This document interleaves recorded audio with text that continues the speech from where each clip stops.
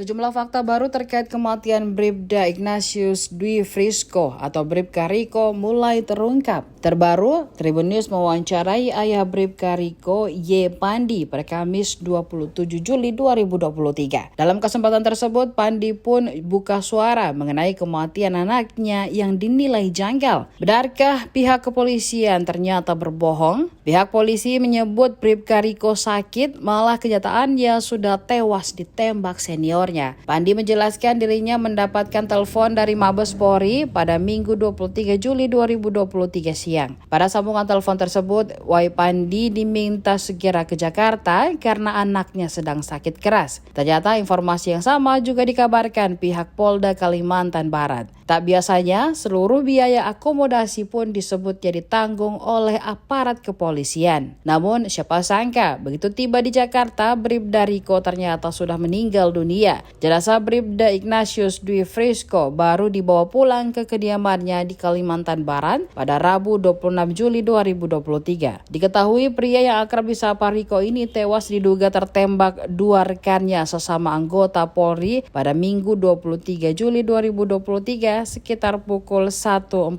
dini hari waktu Indonesia Barat. Lokasi kejadian berada di Rusun Polri Cikeas, Gunung Putri, Bogor, Jawa Barat. Sebelum dipulangkan, pihak Mabes Polri menyarankan ke keluarga agar jenazah korban diotopsi. Namun ayah Bribka kala itu sempat menolaknya. Pasalnya diakui Pandi ia syok setelah melihat kondisi sang putra dalam kondisi tidak bernyawa. Selain itu, kondisi tubuh sang putra juga semakin memprihatinkan jika dilakukan otopsi. Namun setelah mendengarkan penjelasan pihak Mabes Polri, Pandi dan sang istri akhirnya mengiyakan untuk nantinya dilakukan otopsi kepada anaknya. Kejanggalan bagi kami dan pemberitaan, yang pemberitahuan kepada kami itu saya merasa sudah janggal.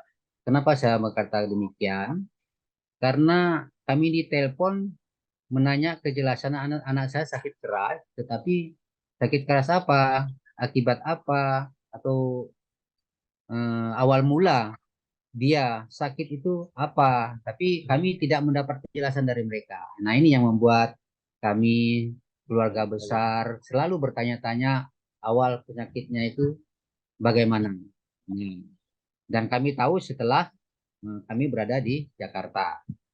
Penjelasan tim penyidik memang seperti itu, ya.